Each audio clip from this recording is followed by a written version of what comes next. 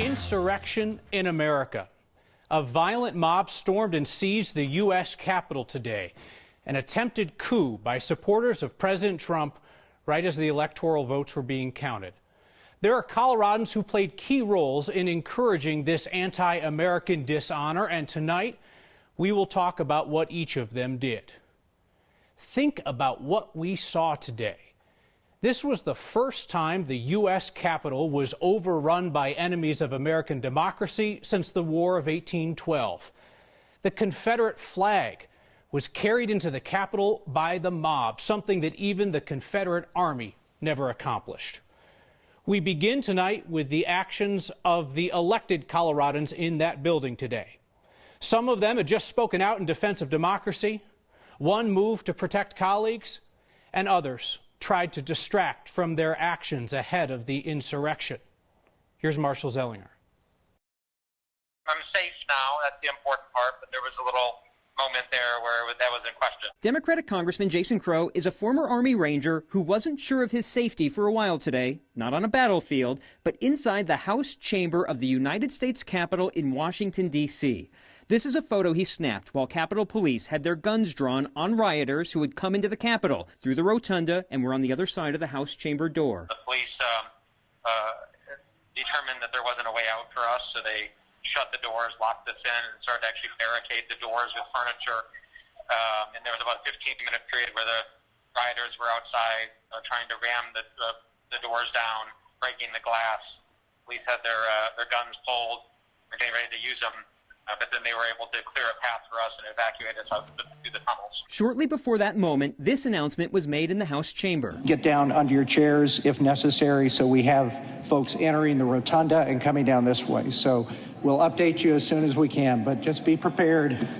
Stay calm. About 10 minutes later, we were told to put on our gas masks, and a few minutes after that, the windows of the doors around the house were being shattered. Republican Representative Ken Buck was also inside the House chamber. A Trump supporter himself, he was Colorado's lone Republican who was not planning on objecting to the counting of the Electoral College votes, despite joining a failed Texas lawsuit to throw out votes in other states. I anticipated that there would be violence outside the Capitol. I did not anticipate there would be violence inside the Capitol. Prior to the mob scene inside the Capitol, Colorado's newest representative, Republican Congresswoman Lauren Boebert, led a standing ovation when the first Electoral College vote challenge was made. Republican Congressman Doug Lamborn also planned to challenge the Electoral College vote in an effort to get Congress to declare President Trump the winner. He tweeted, "Today is supposed to be a day of constitutional debate, not violence."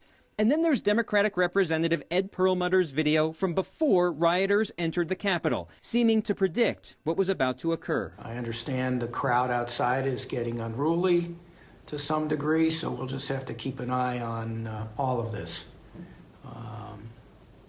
Wild day.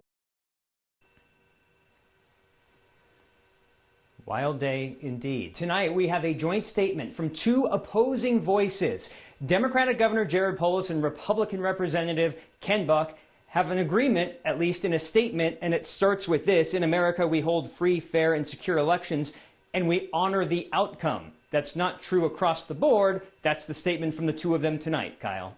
It's especially interesting, Marshall, that Governor Polis would put out a joint statement saying that he and Ken Buck honor election results when last month Ken Buck was trying to overturn the election results through the Texas-based lawsuit. I asked the governor's spokesman about it. He sent me a statement about 60 seconds ago saying that the governor is hopeful releasing a bipartisan joint statement with the chair of the state Republican Party will display unity and help protect the integrity of the republic. Can you imagine that, Marshall? In all your years of politics, we'd be talking about statements attempting to protect the integrity of the republic.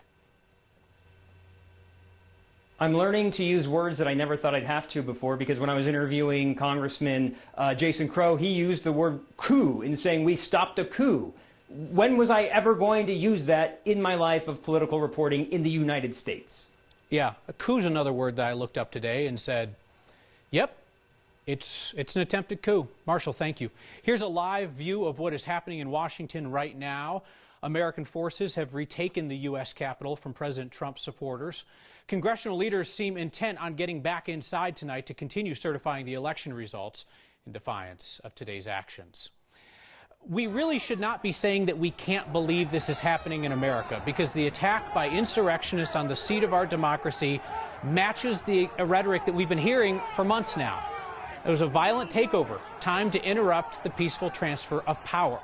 It's not a surprise. QAnon signs and slogans and characters from that conspiracy theory movement help lead the way today. This is Jack Angeli, known as the QAnon shaman, shows up across the country. Colorado Congresswoman Lauren Boebert previously expressed support for QAnon. It's a conspiracy theory that President Trump is going to round up and execute his opponents for eating babies. An entire Confederate Army during the Civil War could not breach the U.S. Capitol, but their flag was waved inside the Capitol of the winning side of the Civil War, waved by the losing side of the 2020 presidential election.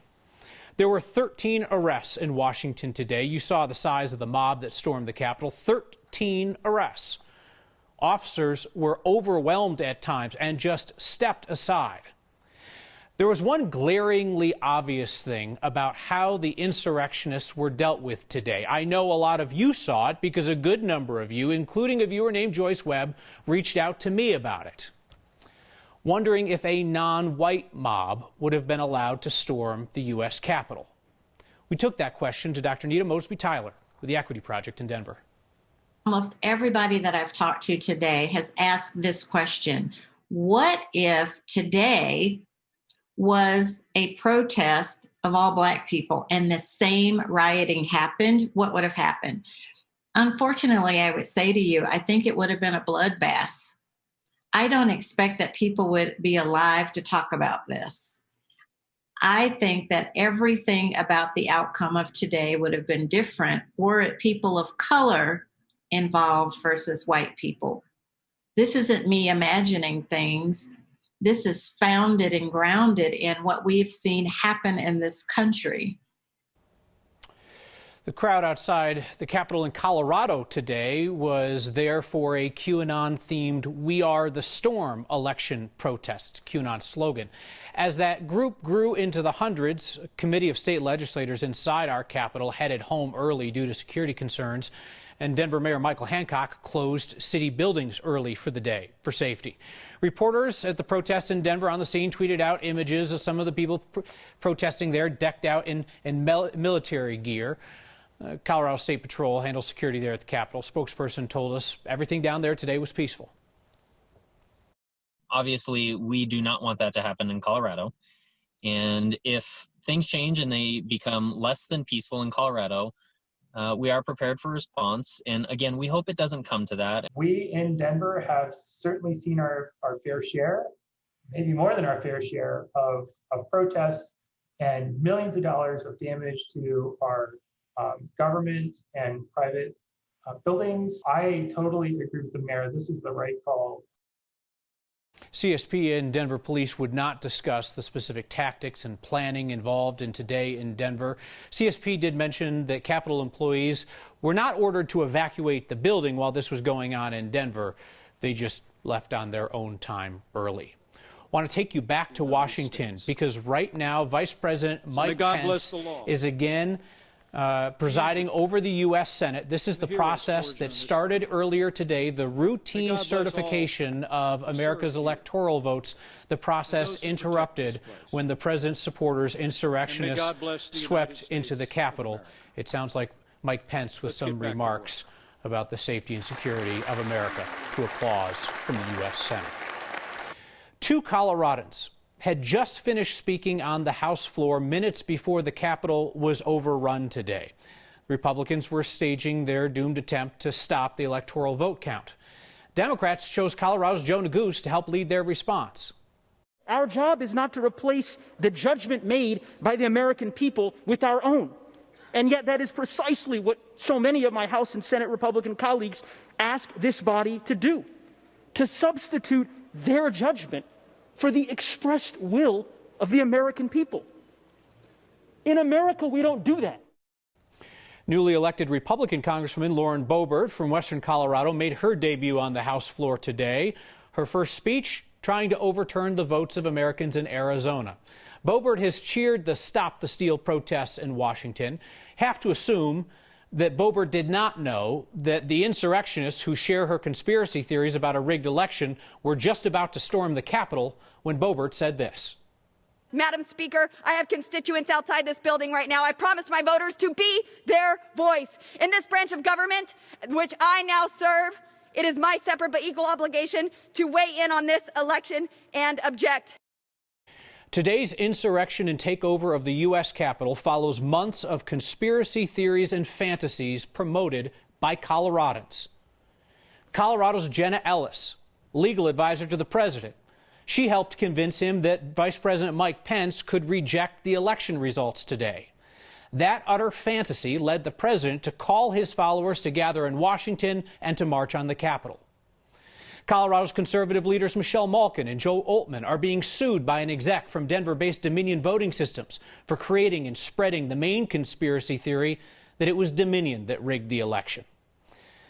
RNC National Committee man and 710 KNUS radio host Randy Corporan promoted a series of conspiracy theories about election rigging, abandoning one for another just as soon as they evaporated under the slightest examination. Colorado's Republican Party Chairman Ken Buck has furiously tried to distance himself from attempts in Congress to subvert the election. Buck just preferred to do it through the Texas lawsuit to throw out the votes in states that the president's lost. Republican Congressman Doug Lamborn of Colorado Springs also tried the Texas two-step around the will of the people along with Ken Buck, and Lamborn signed on to the effort to overturn the election in Congress. Congresswoman Lauren Boebert from Western Colorado gave her first speech in Congress today trying to overturn the election results and told her followers this morning, "Today is 1776. What those Coloradans did leading up to today's insurrection is on them. Whether the rest of us in Colorado remember what they did is on us."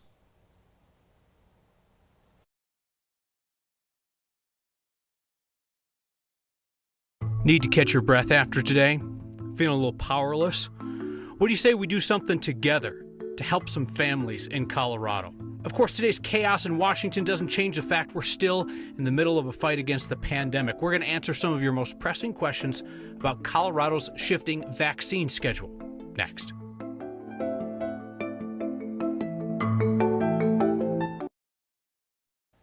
We've just learned that a Denver police officer has been badly hurt in a stabbing. This happened while the officer was trying to arrest a suspect near 10th and Federal. Officers at the hospital with what's being described as a serious injury, and that suspect is in custody. I would like to make a recommendation tonight, and it's what inspires our Word of Thanks microgiving campaign this week. Small towns across the West are changing. They're struggling to survive these days, and yet they're showing incredible resilience. Walden, Colorado is one of them. It's the hometown of Melody Edwards, public radio reporter from Wyoming. I loved her podcast, The Modern West, especially season 2. It focuses on what she calls the ghost towning of places like Walden.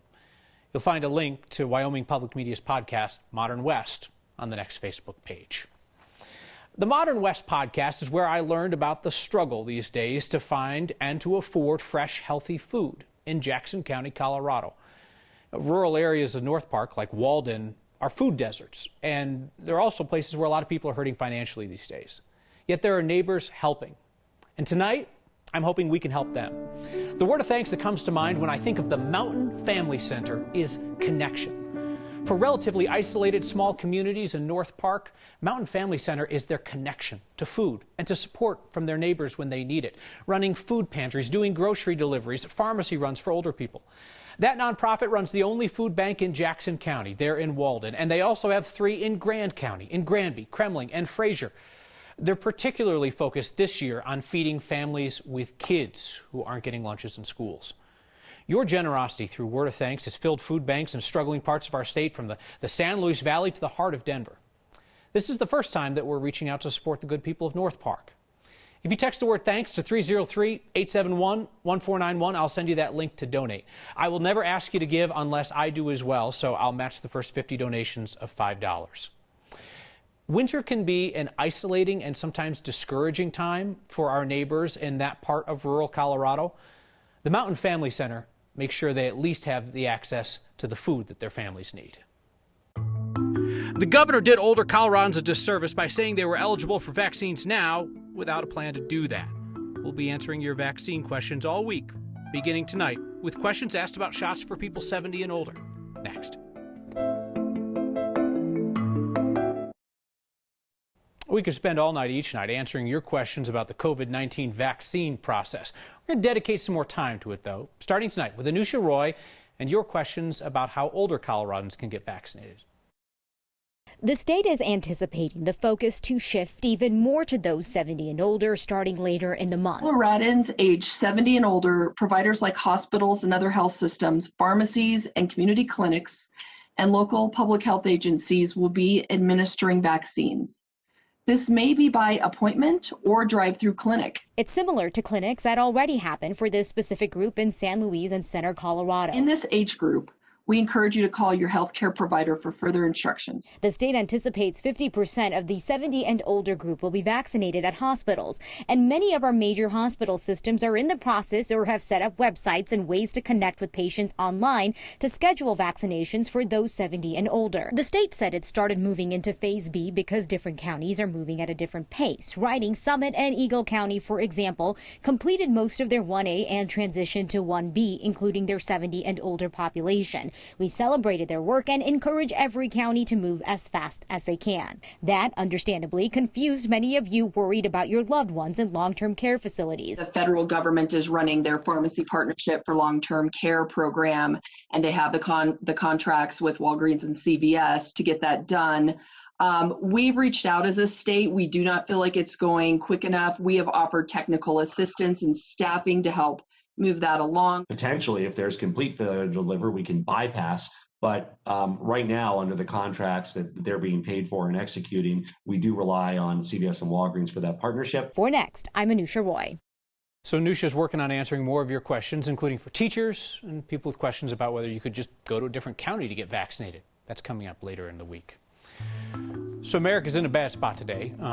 Colorado's been made into a better spot lately because of your generosity. So we say we do some good together. Next. What a day for America. How about we do something together, no matter anybody's politics. Do something together to help some of our neighbors in Colorado. Specifically talking about folks up in North Park. Walden, Jackson County, neighboring Grand County. Those areas have been struggling with food insecurity. It's an issue that's made worse by how far a lot of people have to travel up there to get to a grocery store.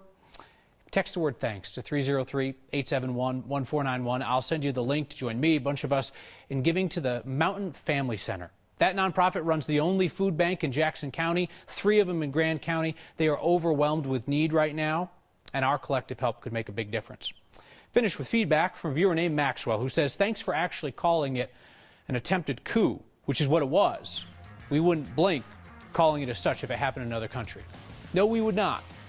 And what would we call the people who whipped the crowd into a frenzy for an attempted coup? Something to think on for next time.